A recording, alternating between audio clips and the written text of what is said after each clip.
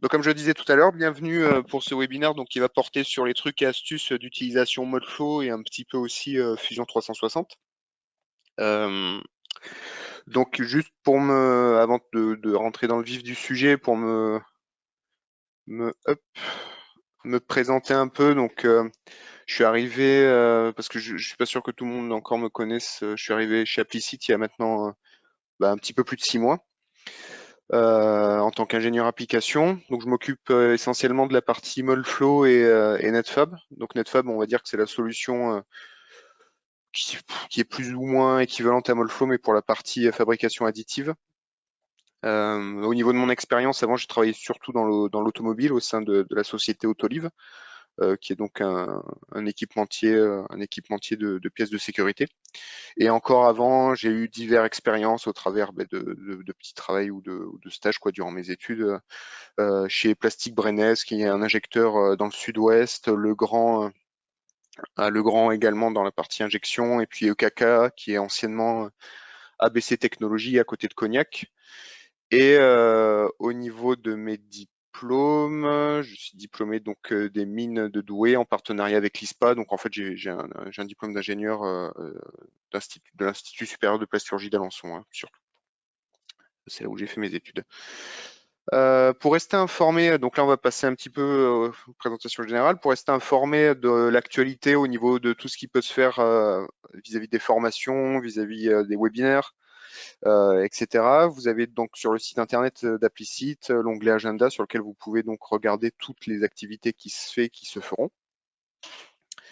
Nous avons aussi également le blog pour une formation continue, donc là où on a chaque mois un post de chacun de des ingénieurs d'application. Donc moi, voilà, par exemple, le dernier en date des articles, c'était pour le rendu réaliste, notamment avec Fusion 360 pour les résultats de Rotassure. Mais après, il y a beaucoup d'autres articles qui concernent autres que Molfo, mais plus ou moins toutes les solutions Autodesk que peut proposer Applicit. Donc au niveau des webinaires, où est-ce qu'on en est actuellement? Donc là, c'est le webinaire trucs et astuces. Donc précédemment, il y avait moulage par induction sur moulage d'insert, micro-injection et les bonnes pratiques du job manager. Si vous avez raté ces webinaires-là et que vous souhaitez avoir les infos et tout ça, n'hésitez pas à nous contacter au niveau du support pour qu'on puisse vous communiquer ce dont vous vous êtes intéressé. C'est toujours avec plaisir. Et donc là, les prochains ensuite qui sont en date pour les mois qui arrivent, c'est les best practices du maillage, le bimatière et thermique, les nouveautés de la 2022 en novembre, lorsque la 2022 sera sortie. Ensuite, l'utilisation de Modeflow en fonction des phases de développement, où là, ça se portera plus sur comment utiliser Modeflow en fonction de quelle étape du développement de nos projets on est. Et après, enfin, le RTM et les possibilités thermodurcissables dans Modeflow. Donc, pourquoi cette présentation de trucs et astuces? Essentiellement, c'est pour permettre aux personnes de pouvoir un petit peu mieux connaître les particularités d'utilisation de l'outil, donc de Molflow, de permettre de gagner un petit peu plus éventuellement en autonomie et aussi de pouvoir exploiter, on va dire, au mieux les capacités du logiciel, que ça soit pour le pré-traitement, le post-traitement des données, des résultats, et donc aussi pour un petit peu plus connaître la complémentarité qu'il peut y avoir avec l'outil aussi Fusion 360, qui est parfaitement complémentaire avec Molflow. Donc on va dire au menu du webinaire, on va avoir différents sujets. On va d'abord un petit peu parler de Scandium et des possibilités qu'offre Scandium, donc en fait qui sont les propriétés de Molflow qui ne sont pas encore sorties en cours de développement, mais on peut essayer. Ensuite, un petit peu de points sur Fusion 360 et donc ce qu'on peut en faire avec Molflow. Des points au niveau de la visualisation des résultats, du maillage des blocs moules, du maillage pour avoir une bonne interface entre par exemple un insert et une pièce. Et enfin, quelques macros, comment les utiliser et quelques petites astuces pour utiliser aussi les lignes de commande de Windows avec Molflow. Donc voilà, on va regarder un petit peu tout ça. Donc ok, c'est parti. Donc au niveau de l'accès Scandium, donc comme je vous disais, Scandium en fait ça va être une version bêta public des différentes fonctions qui sont en cours de développement au niveau de Molflow. Donc là, par exemple, dans la Scandium 2021, on a différents types de fonctions, comme par exemple l'assembly analysis. Donc ça va servir surtout à pouvoir regarder le gauchissement des pièces au niveau des assemblages, donc c'est-à-dire on mettre une contrainte au niveau des assemblages et regarder comment va se gauchir la pièce avec ces contraintes-là. Et enfin la Tiger Stripe prédiction, où là on va pouvoir regarder en gros la stabilité de progression du front d'écoulement de manière à avoir une visibilité sur les futurs défauts d'aspect qui seraient possibles dus notamment au front d'écoulement. Donc c'est pour ça Tiger Stripe, donc c'est le terme anglais pour dire en gros les hypothétiques lignes de progression du front d'écoulement qu'on peut visualiser sur certaines pièces. Donc ça, par exemple, c'est des propriétés qui sont possibles et accessibles dans Scandium. Comment accéder à Scandium? Alors je vais vous montrer le processus pour comment récupérer ces accès-là et ces options-là et les intégrer dans Molflow. C'est extrêmement facile. Mais sinon, si vous ne voulez pas vous prendre la tête, je vous invite à contacter directement le support, nous demander on voudrait installer Scandium pour notre Molflow, et on prend contact et on le fait rapidement, quoi. Mais sinon, il faut aller donc sur ce lien-là qui va vous conduire au site Autodesk, vous loguer avec soit un compte que vous pouvez créer, soit le compte que vous utilisez déjà pour accéder à votre plateforme Autodesk, donc le compte qui est relié à votre société. Ensuite, attendez, tac. Ensuite, donc aller dans accéder à l'onglet avec Available Opportunities, qui va vous donner ensuite accès au projet Scandium for Molflow Technology Preview. Et donc là, vous pouvez télécharger les fichiers nécessaires à l'installation de Scandium. Et ensuite, tac,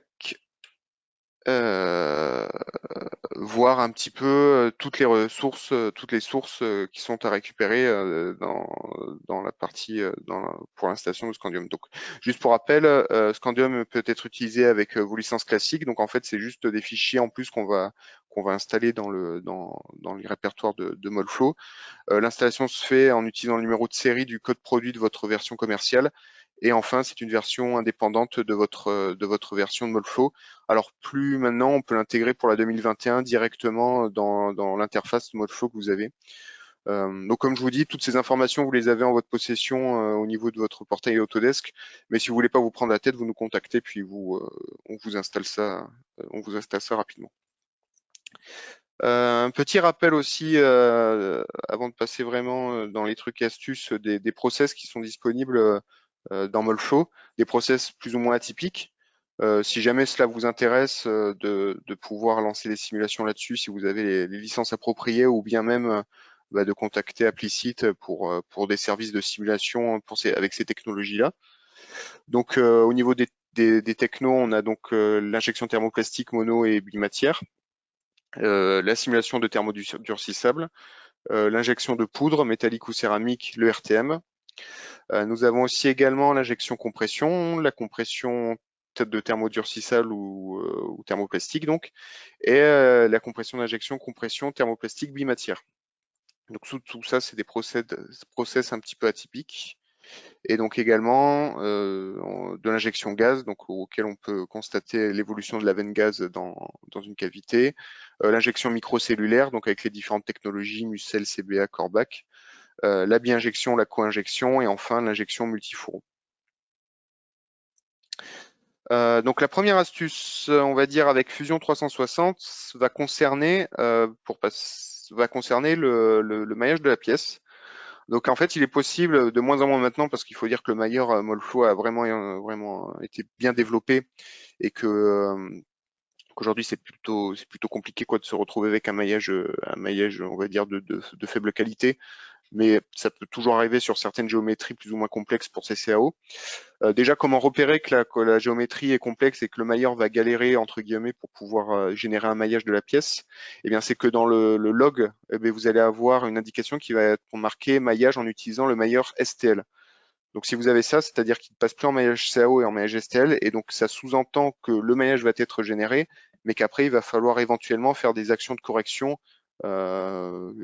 pendant pas un certain temps, mais qu'il va falloir entreprendre des actions de correction, notamment au niveau du rapport de forme des éléments, qui peut être problématique avec le meilleur STL.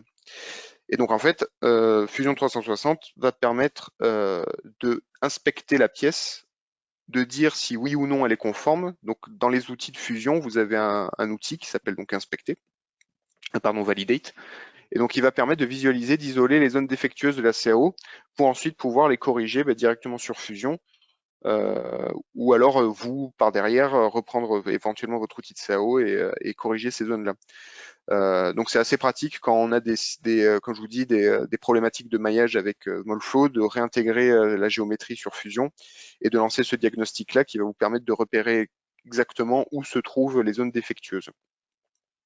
Donc aussi, au niveau de Fusion, vous pouvez aussi éventuellement détecter tout ce qui est interférence. Lorsque vous voulez, par exemple, simuler votre pièce avec des inserts, s'il y a des interférences au niveau des géométries, cela peut entraîner certaines problématiques aussi avec du maillage, parce que ça va créer forcément des interférences. Et en règle générale, au moment du maillage 3D, ça va pas vouloir se lancer. Et donc en fait, Fusion a aussi un outil d'interférence qui va vous permettre d'identifier où sont les interférences et de venir les corriger automatiquement. Donc par exemple, pour cette pièce-là, on constate qu'il y a une zone d'interférence ici. Et donc avec l'outil interférence de Fusion, en un clic, il va venir vous corriger l'interférence de manière à avoir une bonne compatibilité entre les deux zones de surface, les deux zones de contact. Donc voilà. Autre petite astuce avec Fusion 360, c'est si on veut délimiter un maillage pour des raisons d'identification, des raisons de relecture de résultats, si vous voulez les isoler, par exemple dans une layer plus facilement. Et bien en fait, il y a un outil qui s'appelle Split Face dans Fusion et qui va vous permettre assez facilement de splitter entre guillemets, enfin virtuellement on va dire, une surface entre deux surfaces, de manière à avoir juste une arête, bien que l'arête elle soit pas, on va dire entre guillemets concrète sur la pièce, mais ça permet ensuite dans Modeflow de contrôler ou de commander plus ou moins la génération du maillage pour qu'elle suive en fait cette arête. Et donc de cette manière-là, après c'est beaucoup plus facile par exemple de faire des études de circularité, de sélectionner les nœuds pour une étude de circularité par exemple au niveau de l'analyse du gauchissement. Ensuite, là on va rentrer sur des astuces un petit peu plus concrètes dans Molflow. Donc cette astuce-là, elle va vous permettre de pouvoir visualiser, lorsque vous faites un plan de coupe, des pièces qui sont dans le plan de coupe. Donc là, par exemple, en l'occurrence, c'est pour l'intégration d'un moule, d'un bloc moule dans une simulation. On veut savoir ce qui se passe à l'intérieur. Le problème, c'est qu'en faisant la coupe, forcément, il va venir vous sortir tous les éléments qui sont à l'intérieur de la coupe. Et donc avec cet outil-là, vous pouvez ensuite aller sélectionner les couches, les différentes couches qui constituent votre modèle et dire autoriser la délimitation. Et donc avec cela, il va venir vous faire réapparaître les différents éléments de la couche qui sont à l'intérieur de la coupe. Et donc de cette manière-là, vous pouvez venir progresser dans votre coupe tout en conservant ces éléments qui sont délimités. Et donc ça permet disons une meilleure visualisation ou une spécification des visualisations lors de l'utilisation de coupe. Ensuite, autre possibilité vis-à-vis du maillage, ça va être de limiter, de savoir cocher. Enfin, c'est un outil qui est souvent utilisé, mais bon, c'est bien de le rappeler, de savoir limiter aux entités visibles les différents diagnostics que l'on peut faire pour le maillage. Pourquoi? Parce que ça va permettre dans un premier temps d'augmenter d'augmenter le rendement, on va dire, du diagnostic. C'est-à-dire que le diagnostic va prendre moins de temps si vous lui dites, bon, ben, on se délimite seulement à identifier les éléments qui sont visibles à l'écran. Mais également, ça va vous permettre de mieux dissocier les défauts qui peuvent être à l'intérieur de votre maillage, à l'intérieur du maillage pour le modèle. Donc là, en l'occurrence, si vous faites un chevauchement et que vous n'avez pas limité, par exemple, aux entités visibles, il va venir vous montrer des chevauchements qui sont au niveau de la pièce et de l'insert. Alors que si vous cachez la pièce, donc là, vous savez pas trop s'il y a des défauts en fait au niveau de la pièce ou au niveau de l'insert. Et donc, en cachant, par exemple, la pièce et en relançant un chevauchement, Là, c'est de la même façon, vous voyez, il va vous dire qu'il y a chevauchement sur toutes, plus ou moins les surfaces qui sont en contact avec la pièce, alors qu'en limitant aux entités visibles et en relançant ce diagnostic-là, vous allez pouvoir visualiser, hop là, vous allez pouvoir visualiser voilà, qu'il n'y a en fait pas de défaut et que c'était juste un problème de chevauchement qui est normal lors d'un assemblage entre un insert et une pièce sur Molfo. Également aussi, si vous voulez faire un rapport de forme pour identifier, voir s'il y a des éléments qui sont un petit peu trop longs au niveau du maillage, si vous ne faites pas limiter aux entités visibles, vous allez visualiser tous les éléments, par exemple, que vous allez par exemple isoler dans une couche de diagnostic, vous allez visualiser les éléments qui constituent donc votre insert, mais aussi la pièce plastique. Alors que si on avait fait la même opération, mais en limitant aux entités visibles, il vous aurait forcément isolé les éléments problématiques, mais seulement sur l'insert que vous visualisez dans l'interface. Donc voilà, c'est un outil pour mieux, disons, contrôler les entités, mieux contrôler quand on fait un diagnostic. Et aussi pour les modèles lourds, ça permet de réduire le temps que peut prendre un diagnostic de maillage. Hop. Ensuite, petite astuce au niveau de la création de moules à partir de l'assistant CAO. Donc actuellement, pour réaliser des calculs en cool FEM, il est nécessaire d'avoir un moule maillé en 3D. Donc cette étape peut s'avérer fastidieuse. Alors pourquoi? Parce qu'il faut soit créer une enveloppe moulante en maillage, soit importer la CAO et mailler la CAO.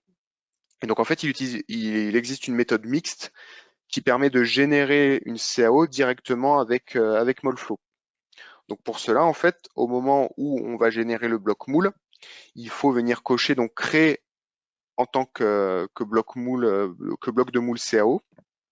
Et de cette manière-là, il va vous créer un bloc moule qui sera un booléen, une opération booléenne de la pièce, de la régulation et de l'alimentation de votre modèle. Alors attention, là c'est pas noté dans le slide, mais ça fonctionne, cette opération, elle fonctionne mieux quand toutes les layers du modèle, donc les layers aussi de CAO de la pièce par exemple, sont affichés. Sinon, de souvenir, il me semble que la case à cocher ici, là, dans cette fenêtre, sera grisée. Également, avec la 2021, il est possible que, c'est un cas qu'on a eu il n'y a pas longtemps au support, il est possible que pour certaines régulations complexes, c'est-à-dire pour notamment le conformal cooling qui est modélisé avec le BIM, bah, il est possible que quand il y a des arcs de cercle qui constituent la régulation, ça soit pas facile en fait à faire le booléen pour Molflow. Et donc dans ce cas-là, ce qu'il faut faire, c'est au lieu d'avoir une seule courbe qui constitue cette régulation-là, donc cette régulation circulaire par exemple, vous la redécoupez en plusieurs petites sections de courbes pour régénérer ensuite les BIM, les éléments poutres. Et de cette façon-là, ça va vous prendre en compte cette géométrie-là. Voilà comment réparer ce défaut si jamais vous le rencontrez à l'avenir. Sinon, écoutez, n'hésitez pas à contacter le support. Au niveau donc du maillage moule avec coïncidence sur les composants. Donc là, c'est plus une astuce lorsque vous avez des inserts. Donc au niveau du match, on va dire, entre les différents éléments qui constituent le maillage de la pièce et le maillage des inserts, il y a différentes options avec, on va dire, coïncidence exacte ou avec ignorer les contacts où en fait il va venir mailler l'insert à la pièce sans prendre en compte, on va dire, la correspondance que doivent avoir les différents éléments. Et si on ne prend pas en compte la correspondance des éléments et qu'on fait ignorer contact lors du maillage de la pièce et de l'insert, on va avoir des résultats, certes, qui sont fiables au niveau des résultats de thermique d'insert, etc. Mais par contre, ils sont un petit peu moins précis que s'il y a corrélation exacte. Et donc, en fait, pour avoir un moyen d'obtenir une corrélation exacte, parce que c'est pas toujours évident en maillant comme ça simplement de l'obtenir, eh bien, il y a une méthodologie qui peut exister. Donc, cette méthodologie, elle est constituée en 5 points. Donc en premier lieu, importer le fichier CAO et passage en calcul cool FEM. Ensuite, mailler tous les éléments en triangle et propriétés pièces avec corrélation activée. Modification des propriétés de triangle des composants surface de moule. Le maillage du moule avec les options de maillage moule et le maillage de la pièce. Donc on va revenir sur une par une de toutes ces étapes pour avoir une guideline un petit peu plus visuelle, quoi. Donc, en premier lieu, donc, comme je vous disais, importer le fichier CAO et le passer en mode de séquence de calcul CoolFEM. Deuxième étape, maillage de tous les éléments en triangle et propriété pièce. Donc, tous les éléments doivent être maillés en triangle avec la propriété pièce en activant la corrélation, avec éventuellement une densité de maillage moins importante sur les faces extérieures de l'outillage, de manière à, disons, diminuer le temps de génération du maillage de l'outillage. Ensuite, modification des propriétés des triangles des composants en surface de moule en surface d'insert. Donc là, c'est-à-dire changer les propriétés de manière à avoir des propriétés en fait qui correspondent aux éléments qui constituent le modèle. Et donc ensuite, maillage du moule avec les options de maillage moule, donc c'est-à-dire générer le maillage du moule en 3D. Et donc de cette façon-là, en fait, en ayant maillé toutes les pièces avec tous les éléments avec propriété pièce, vous aurez une corrélation exacte des inserts et des pièces. Donc là, après, c'est ce que vous obtenez au final avec maillage sans coïncidence à gauche et une image avec un maillage coïncident à droite. Ensuite, au niveau d'une autre astuce qui peut être utile, c'est pour des modifications géométriques, notamment d'épaisseur, où on sait que une variation d'épaisseur, on va dire brute, dans une pièce peut poser des problématiques vis-à-vis de l'injection de cette dernière. Et donc en fait, avec avec une modification plutôt avec un rayon de raccordement, on va dire, entre les deux surfaces, lors d'une modification d'épaisseur, ça permet d'avoir une injection un petit peu plus propre. Et donc ModeFlow a une fonction qui peut être utilisée en maillage dual domaine, donc c'est-à-dire avant le maillage 3D, pour modifier justement ces zones d'épaisseur et avoir une épaisseur, on va dire, avec un rayon de raccordement.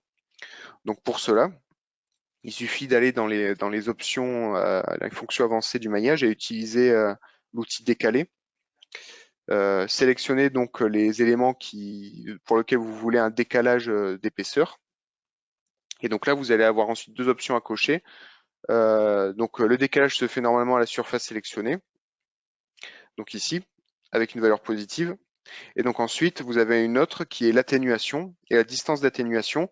Et en fait, il va vous permettre, à partir de la zone que vous avez délimitée, de faire un rayon de raccordement entre une épaisseur ici, originelle, et l'épaisseur de cette nouvelle zone.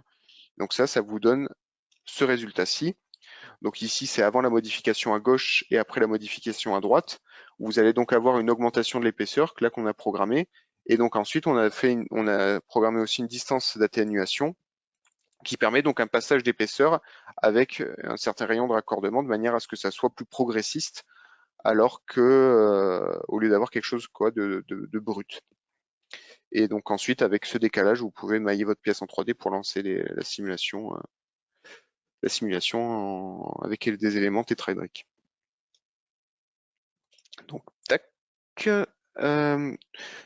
Vu qu'on en est à parler d'épaisseur, on va maintenant en parler dans le cadre de DOE. Donc ModeFlow, à l'intérieur de ModeFlow, il y a un outil qui permet de faire des plans d'expérience. Ces plans d'expérience, en fait, ils vont permettre de déterminer les paramètres process les plus influents au niveau de paramètres critiques que nous aurons donnés. Donc les paramètres critiques, ça peut être une distance de gauchissement, ça peut être une déformée, un retrait volumique, etc. Et donc la possibilité que peut aussi offrir ModeFlow, c'est que en variable, on ne peut pas seulement, enfin c'est pas obligé d'avoir seulement des paramètres process, mais on peut avoir des paramètres de design. Et donc ici, en l'occurrence, c'est faire une variation d'épaisseur lors du lancement des différentes occurrences du DOE. À noter que cette fonctionnalité, elle est disponible surtout avec des maillages midplane et dual domain. Elle n'est pas disponible avec donc les maillages 3D. Donc comment cela fonctionne? Dans un premier lieu, il faut venir isoler dans une layer les épaisseurs qui serviront de variable. À noter que il faut bien déterminer si ça sera l'épaisseur de la surface extérieure ou intérieure d'une pièce. Donc là, par exemple, dans l'exemple ici, vous avez deux épaisseurs qui vont servir de variable, une en violette et une en orange. Et donc là, on a sélectionné les éléments qui étaient sur ces surfaces-là, et on a dit à ModeFlow, ces épaisseurs-là vont servir de variables dans mon plan d'expérience. Donc ensuite, comment ça marche? Une fois qu'on lance le DOE, on va aller dans le générateur de DOE et ici, on va avoir donc différentes options. Et dans ces options-là, on va avoir les informations de géométrie dans lesquelles on va pouvoir dire, bon ben voilà, les épaisseurs 1, épaisseur 2, donc qui sont les couches qu'on a isolées tout à l'heure, on va les faire varier, et là par exemple c'est de 25%. Donc c'est-à-dire qu'il va lancer une occurrence plus ou moins 25% pour chacune des deux surfaces sélectionnées. Et ensuite, il va vous sortir des résultats en fonction des paramètres critiques. Donc là, en l'occurrence, il y avait deux paramètres critiques. Le premier paramètre critique était la distance entre les deux parois. Donc c'est là la petite flèche bleue que vous voyez qui est en fait la distance entre les coins. Et l'autre paramètre critique, il va être sur la planéité. Et donc ensuite, il va venir vous sortir un graphique et des résultats un petit peu plus numériques en vous donnant en fait l'accès à quels sont les paramètres qui influencent le plus ces critères. Et enfin, quels sont les paramètres préférentiels pour avoir, par exemple, la distance la plus grande entre les deux parois ou la distance la plus proche entre les deux parois. Ou alors de garder la distance nominale. Et donc là, par exemple, c'est le résultat que l'on obtient avant optimisation avec DOE et après optimisation. Donc en clair, c'est avant, on va dire que c'est la simulation standard que l'on a lancée en automatique. Et après optimisation, c'est-à-dire que le DOE a travaillé, on a identifié les paramètres critiques, et donc on a pu ensuite lancer un set de paramètres, du coup pour le coup process et design, qui permettent de viser un meilleur gauchissement de cette pièce et donc diminuer l'espèce d'effet boîte que l'on avait avec cette pièce à la base. Pour les analyses des fichiers DOE, on peut enregistrer les résultats sous format CSV et les exporter, de manière à pouvoir ensuite les analyser avec par exemple un outil Excel qui est disponible dans les fichiers d'utilisation de Molflow. Donc par exemple, pour ouvrir donc ce fichier-là, vous pouvez le trouver, il est déjà disponible en fait, vous pouvez le trouver donc dans PC, disque local, programme, Autodesk, Modflow Synergy 2019, 2021, enfin votre version, data et dans le fichier date. Et donc vous allez avoir ce fichier Excel qui est DOE-CSV Analyzer XLSM, donc c'est-à-dire un fichier Excel. Et donc là, vous allez pouvoir charger votre CSV exporté depuis Molflow. Et donc ensuite pouvoir échanger en fait avec vos collaborateurs, vos collègues, vos clients éventuellement, les résultats de ce DOE et permettre, vous voyez, de circuler entre les différents paramètres variables que vous avez programmés et montrer en fait l'impact de chacune de ces variables sur les paramètres critiques que vous avez déterminés. Maintenant, on va passer plus à la partie macro. Donc, dans un premier temps, je vais vous expliquer un petit peu comment ça se passe pour l'enregistrement d'une macro. Si vous voulez vous enregistrer une macro qui vous est propre. Donc, en fait, l'enregistrement de macro, il va se faire dans l'onglet Outils, dans Automatisation. Donc, en premier temps, il faut enregistrer la macro. Dans un deuxième temps, réaliser les manipulations. Et dans un troisième temps, arrêter l'enregistrement. Et donc ensuite, ce fichier macro, on peut aller le chercher pour le mettre dans les préférences et ensuite faire donc l'opération que vous avez effectuée en un seul clic. Donc par exemple, ici, dans le cas pour isoler automatiquement les rapports de forme élevés dans une couche, donc là par exemple c'est pour un diagnostic de maillage et vous voulez plus vous prendre la tête à aller dans donc diagnostic de maillage et aller cocher sur isoler dans une layer les forts rapports de forme. Donc comment ça se passe? Donc comme je vous disais, dans un premier temps, vous cliquez sur enregistrer la macro, vous faites l'opération. Donc là, rapport de forme, avec donc un rapport de forme que vous déterminez, 15, limité aux entités visibles et placer les résultats dans une couche de diagnostic, montrer. Donc là voilà, ça va venir vous montrer les rapports de forme qui sont supérieurs à votre paramètre mini et vous les isolez dans une layer. Et donc là, vous lui dites arrêter l'enregistrement. Donc là, il vous dit bon ben la macro elle va être positionnée dans ce fichier-là ou dans le fichier que vous voulez. Vous nommez la macro. Et donc là, en l'occurrence, macro. Et donc ensuite, j'avance un petit peu. Hop. Et donc ensuite, vous pouvez venir affecter une macro dans l'un des raccourcis, donc dans l'onglet macro affecté. Vous allez la chercher dans le répertoire. Voilà, vous l'ajoutez, vous l'enregistrez, vous la renommez un petit peu comme vous voulez. Hop. Et donc ensuite, je vais avancer un petit peu, vous fermez. Et donc là, hop, vous avez ici le petit 1 qui est disponible maintenant, avec donc le nom de la macro que vous avez affecté. Et donc là, par exemple, pour une autre pièce, vous n'avez plus qu'à cliquer sur le raccourci et il va venir automatiquement venir vous faire un diagnostic en vous isolant les éléments du diagnostic de maillage du rapport de forme qui sont supérieurs dans une nouvelle couche. Et donc cette opération elle peut être faite avec n'importe quel type d'analyse, de diagnostic, de lecture de résultats aussi, etc. Donc là c'était pour comment enregistrer une macro. Maintenant pour venir un petit peu plus dans le détail et d'en rappeler quelles sont les différentes macros qui sont déjà disponibles et qui sont plus ou moins simples, qui sont simples d'utilisation dans Moleflow. Donc il y a la macro roundness. Donc globalement c'est la circularité.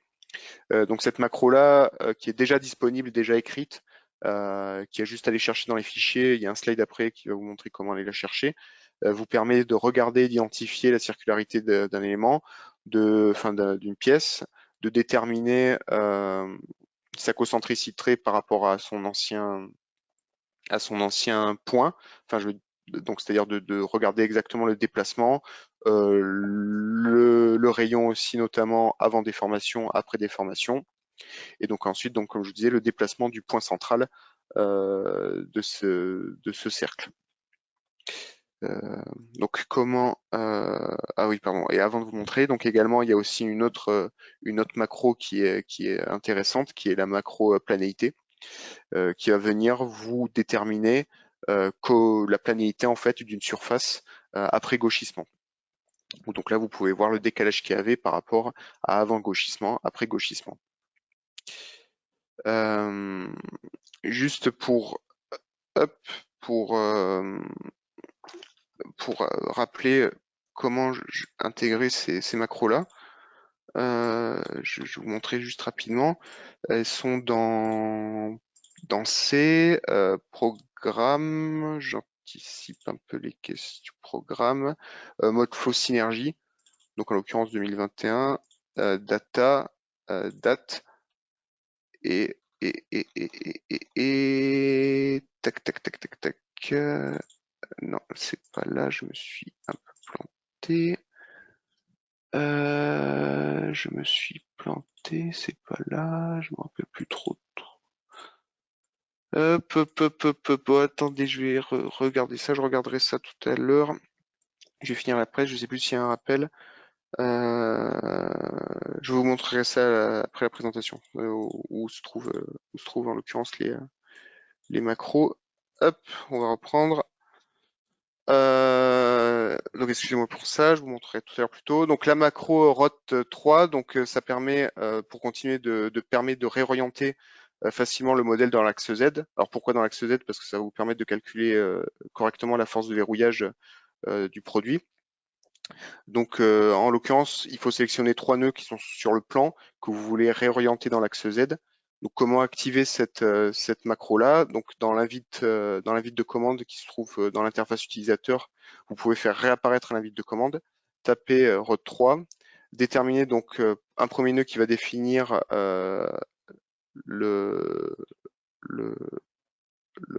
l'origine du plan. Attends, je vais faire comme ça sera mieux, voilà. Qui va définir l'origine du plan, le deuxième nœud qui va permettre de définir l'axe X, et le troisième nœud qui sera la définition du plan XY. Et de cette manière-là, vous pouvez réorienter par exemple une pièce dans le bon axe. Donc là, par exemple, sur cette pièce-là, est-ce que la vidéo tourne? Oui, elle tourne. Par exemple, pour cette pièce-là, pour la réorienter, vous allez sélectionner donc différents nœuds. Donc là, vous voyez, elle est complètement désorientée par rapport aux axes. On va venir sélectionner donc un premier nœud pour déterminer le plan à réorienter, voilà. Ensuite, un deuxième nœud et un troisième pour le plan XY. Et donc ensuite, vous allez dans Affichage, Éditer, l'invite de commande, hop, vous notez ROT 3, lancer. Et donc là, il va venir vous faire réapparaître automatiquement il va venir vous faire réorienter automatiquement la pièce maillée dans le bon axe. Alors sachant à noter que avec ça, vous allez seulement pouvoir réorienter le maillage de la pièce et non la CAO, si vous avez importé la CAO. Tac. Ça c'est OK. Ensuite, une autre macro qui peut être utile, qui est une macro qui permet d'identifier l'épaisseur de couche solidifiée. Donc pour ça, de la même façon, vous allez donc dans la commande. Et donc pour créer ce résultat, il va vous créer une nouvelle cartographie de l'épaisseur de couche solide en fin de remplissage. Donc la commande en question, c'est celle-ci. Donc tapez dans l'invite de commande calque, entre guillemets, épaisseur de couche solide. Donc ça va être le nom du résultat avec l'échelle, on va dire, en millimètres. Ensuite, @diag de base thick pour thickness, la petite étoile, et enfin le diagnostic calculé, donc à partir de la fraction de couche solide en fin de remplissage. Et donc avec ça, vous allez pouvoir avoir une cartographie de l'épaisseur de la couche solide à la fin du remplissage, donc c'est-à-dire au moment de la commutation. À noter que ces résultats sont disponibles seulement en dual domaine et en mid-plane. OK. Hop. Ensuite, la macro Strint F3D. Donc cette macro-là, en fait, elle va vous permettre après calcul de venir extraire les informations pour pouvoir ensuite les rebalancer dans un logiciel de calcul de structure. En fait, c'est pour pouvoir lancer des simulations de mécanique en prenant en compte donc l'historique de l'injection plastique. Donc ce qu'il suffit de faire, c'est d'ouvrir une nouvelle fois l'invite de commande, de taper dans l'invite de commande Strint F3D. Et à ce moment-là, il va venir vous exporter donc les différents fichiers dans ce répertoire, donc Modeflow, Miami 2019 Project, Club 2020. Et donc avec l'export de ce fichier, se retrouver donc avec l'export de ce fichier-là, vous pouvez ensuite l'ouvrir et avoir les différentes informations à intégrer dans votre logiciel de calcul. Donc dans ce cas-là, vous avez donc des documents XML essentiellement. Ensuite, donc là plutôt comment passer par l'invite de commande Windows pour lancer une simulation. Donc ce que ça va permettre de faire surtout, ça va permettre de gagner en temps de calcul parce qu'il va se débarrasser de certaines routines, on va dire que vous allez lui commander directement de lancer le calcul. Par conséquent, vous aurez moins de ressources qui sont utilisées par votre ordinateur, donc ça va vous diminuer le temps de calcul, mais ça va également vous permettre d'utiliser votre ordinateur à côté si jamais, ou en tout cas de faire entre guillemets moins ramer votre ordinateur lorsqu'il y a une simulation qui tourne en local par derrière. Donc pour utiliser cette commande-là, il faut mettre en données sur l'interface Modeflow votre étude et sauvegarder le SDY, donc c'est-à-dire terminer toute la mise en données, maillage, etc. Identifier et copier le chemin où se trouve votre étude, et ensuite lancer l'outil de commande Molflow, donc c'est-à-dire cliquer dans le recherche Windows dans le bureau Autodesk Molflow Insight 2019 Command Shell, alors 2019 ou 2021. Et ensuite donc lancer l'outil de commande, donc avec le menu, donc copier, on va dire, la ligne de commande qui permet d'exécuter le calcul. Donc cette ligne de commande, c'est cd chemin d'étude. Donc en fait, vous tapez cd, puis hop, vous collez le chemin d'étude que vous avez copié préalablement. Et ensuite, vous entrez run study avec le nom de l'étude. Donc là, en l'occurrence, c'était exemple run study. Et donc là, vous allez avoir le journal d'analyse qui va s'écrire dans l'invite de commande. Alors attention, chose importante à savoir, c'est que il ne faut pas fermer cette fenêtre jusqu'à la fin du calcul. Sinon, il va vous mettre en échec le calcul le calcul. Hop. Ensuite, petite astuce là de visualisation qui peut être utile pour le résultat de figeage avec échelle inversée. Donc pourquoi ça? En fait, le résultat va vous permettre de connaître la température d'éjection à partir de la température d'éjection et de connaître en fait où est la matière qui n'est pas encore solidifiée dans la cavité. Ou par exemple qui n'a pas encore atteint le temps d'éjection. Cependant, avec les propriétés standards, ça peut être parfois difficile de lire ce résultat-là parce que il va venir vous montrer la totalité de la pièce qui est figée dès le départ. Et donc vous pouvez mal visualiser l'évolution des températures dans l'épaisseur. Alors que en inversant par exemple le résultat de calcul pour le temps pour atteindre la température d'éjection, donc là on va dire c'est ce qui se passe en standard, vous voyez, il va vous dire que tout est figé d'entrée. Bah, c'est normal parce qu'en fait vous visualisez la matière, la température de la matière qui se trouve en surface. Et donc en venant dans l'onglet animation de ce résultat-là, temps pour atteindre la température d'injection, et que vous allez dans afficher les valeurs supérieures au lieu des valeurs inférieures, et bien là vous allez pouvoir visualiser le temps d'éjection qu'il vous faut pour on va dire, que la matière se solidifie à l'intérieur de l'épaisseur. Et donc là, en l'occurrence, là vous voyez que pour avoir une température qui est acceptable ici par exemple, eh bien il faut attendre 13 secondes pour atteindre la température d'éjection. Ensuite, une dernière astuce qui va vous permettre d'exporter les porosités pour les calculs mécaniques. Donc la porosité, c'est-à-dire des bulles de vide à l'intérieur de l'épaisseur. Donc c'est des défauts qui se manifestent notamment lorsqu'on a des épaisseurs fortes, hein, parce qu'en fait on va avoir un retrait volumique qui sera très fort, enfin non justement qui sera plus fort sur les extérieurs qu'en intérieur, et donc en fait vous allez avoir un delta qui va vous provoquer une bulle de vide. Et donc cette bulle de vide là, il est possible de l'extraire et de pouvoir l'intégrer aux conceptions pour ensuite lancer des calculs mécaniques par derrière et voir si malgré ces bulles de vide, la structure de la pièce tient en fonction des contraintes que vous voulez lui imposer. Pour ce faire, vous allez donc dans le résultat retrait volumique, vous programmez les résultats pour qu'ils soient enfin pour on va dire les échelles de résultats pour pouvoir seulement capter là où vous avez des très forts retraits. De cette manière-là, vous allez pouvoir identifier où sont les bulles de vide dans votre cavité. Après ça, vous pouvez aller l'exporter, exporter ce résultat-là, donc c'est-à-dire que ce résultat reste coché et vous l'exportez au format FBX. Attention au moment de l'exportation de bien mettre les bonnes unités d'export. Donc dans le cas des unités SI, le facteur 100 est idéal pour conserver les bonnes dimensions. Et donc une fois que vous avez ça, vous pouvez par exemple l'ouvrir avec, que vous l'avez exporté en format FBX, vous pouvez l'ouvrir avec Fusion 360.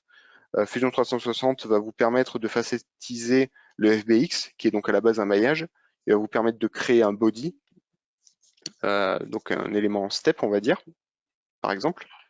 Et à partir de là, vous pouvez ensuite faire une opération booléenne sur votre pièce de base pour enlever ces bulles de vide et se dire bon ben voilà, sur ma pièce j'ai des bulles de vide, est-ce que ça va être extrêmement critique pour les contraintes mécaniques que je vais lui mettre?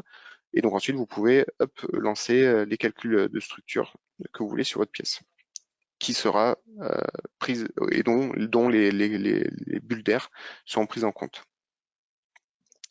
Donc voilà, donc c'était la présentation. Je vais lire les questions, puis je vais aussi vous remontrer le répertoire pour aller chercher les macros. Mais d'abord, je vais répondre à vos questions. Hop, je vais peut-être laisser ça pour le partage. Alors, les questions. Tac. Alors, je vais remonter du début. Donc, bonjour, y a-t-il du son pour cette présentation? Oui, normalement il y avait du son. Enfin, moi j'ai le retour du micro, donc je pense que normalement. Donc échelle inversée, attention, remettre les options initiales, sinon problème par la suite. Oui, effectivement, toujours faire attention au paramétrage des propriétés pour les différents résultats. Est-ce que ça prend en compte l'orientation des fibres? En fait, oui, donc pour cette question-là, je vois ce que c'est.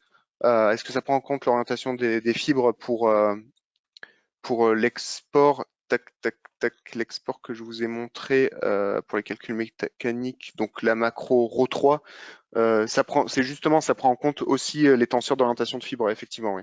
Et ça prend toutes les informations. Et donc la macro Rho3, je sais pas si je l'ai précisé, mais c'est vraiment utilisé après la simulation. Donc vous lancez votre simulation, vous utilisez la macro Rho3. Et avec ça, vous allez avoir tous les exports possibles pour votre calcul de structure, dont les tenseurs d'orientation si votre pièce était chargée fibre.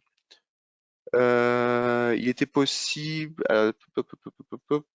il était possible il y a quelques années de faire tourner un ensemble en cliquant simplement sur Maj F flèche S selon une valeur d'angle précise dans les options Molfo. C'est très pratique, malheureusement ce n'est plus disponible. Après, les options pour pouvoir faire des rotations peut-être un petit peu plus précises, vous pouvez aller les chercher directement dans Modeflow dans les options. Est-ce que j'ai pas d'interface Modeflow d'ouvert? Je vais peut-être l'ouvrir. Tac, je vais ouvrir mon Synergie. J'ai passé ensuite, j'ai déjà installé Scandium. Je peux l'utiliser jusqu'à quand? Donc en fait, Scandium, il est toujours disponible dans la version qui est en cours. Donc en gros, vous pouvez l'utiliser jusqu'à que la 2022 sorte. Et donc dans ce cas-là, il faudra réinstaller Scandium pour la 2022. Donc télécharger la 2022 quand elle sortira et télécharger Scandium. Mais là, dans l'état, Scandium est disponible jusqu'à un petit moment. Pourriez-vous indiquer où se situe l'option pour faire un décalage de surface en dual domaine? Je ne trouve pas l'icône. Alors, le décalage de surface en dual domaine, tac, je vais vous le montrer. Les auteurs peuvent voir votre écran, donc c'est impeccable. Par contre, est-ce que c'est le bon écran? J'ai pas de retour. Alors, pour le décalage de surface, ça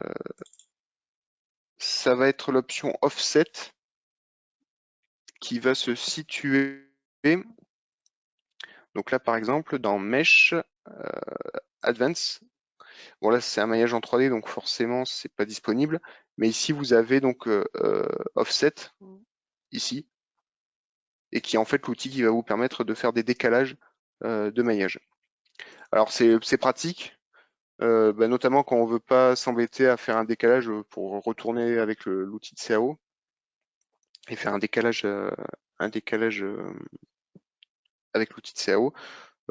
Cependant, mais comme je vous disais, vu si vous avez Fusion installé, vous pouvez aussi utiliser l'outil de design, de modification de design, on va dire facile, où vous avez juste à venir tirer sur les éléments, enfin les surfaces pour pouvoir épaissir la pièce, qui est aussi possible.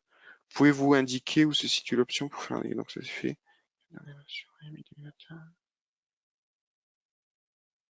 La dernière version de AMI 2021, c'est la 2021.1.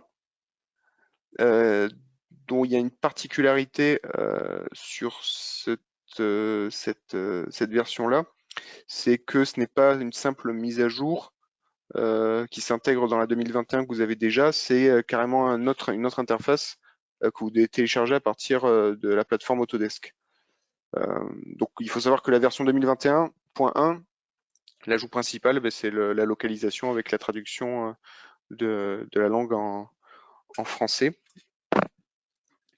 Et donc voilà, c'est le principal attrait de cette version-là, quoi. Juste pour la macro, parce que je suis plus sûr si... Ah, je vois pas. Tac, je vais juste vérifier un petit truc.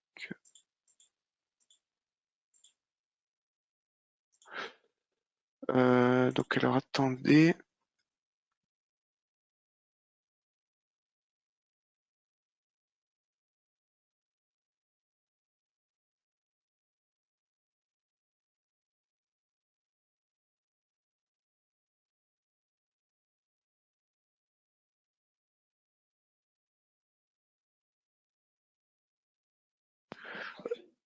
Ouais, hello, est-ce que vous m'entendez? Donc est-ce que vous avez encore des questions? N'hésitez pas par rapport à Molflow, par rapport à toute autre chose.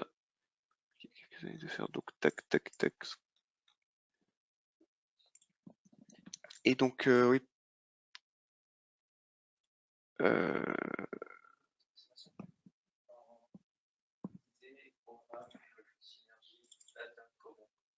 Ouais. Hop, voilà, j'ai réussi hop, à retrouver. Donc juste pour vous dire, si vous voulez, vous êtes intéressé par les macros pour pouvoir les mettre facilement en raccourci, la liste des macros, elle se trouve ici. Et donc là, vous avez toutes les macros qui sont déjà préécrites par Autodesk, que vous pouvez retrouver assez facilement. Dont Ro3 que je vous ai présenté tout à l'heure. Et après, il y a aussi roundness, donc la circularité. Il va y avoir flatness ici, donc pour la planéité. Donc en fait, vous allez juste aller donc dans l'outil tool assign macro, aller chercher ces commandes-là et puis vous les aurez directement sur votre interface. Bah écoutez, moi j'ai plus de questions. Je vais du coup vous remercier d'avoir suivi ce webinaire. Je vais aussi vous dire que si vous voulez la présentation que je vous ai faite pour retrouver un petit peu les documents, enfin les commandes, les différents trucs que je vous ai montrés, trucs et astuces, ben, vous pouvez nous les demander, puis je vous les envoie avec plaisir. Sinon, vous pouvez contacter le support si vous avez d'autres questions ou des problématiques. Surtout ne pas hésiter à contacter le support. On est là pour ça, pour vous aider dans l'utilisation du logiciel, que ça soit mise en données, lecture de résultats, etc. Et voilà, donc je vais vous laisser. Encore une fois, merci. Je vous souhaite une bonne journée, je vous souhaite la santé et à bientôt, à bientôt. Voilà. Bonne journée, au revoir.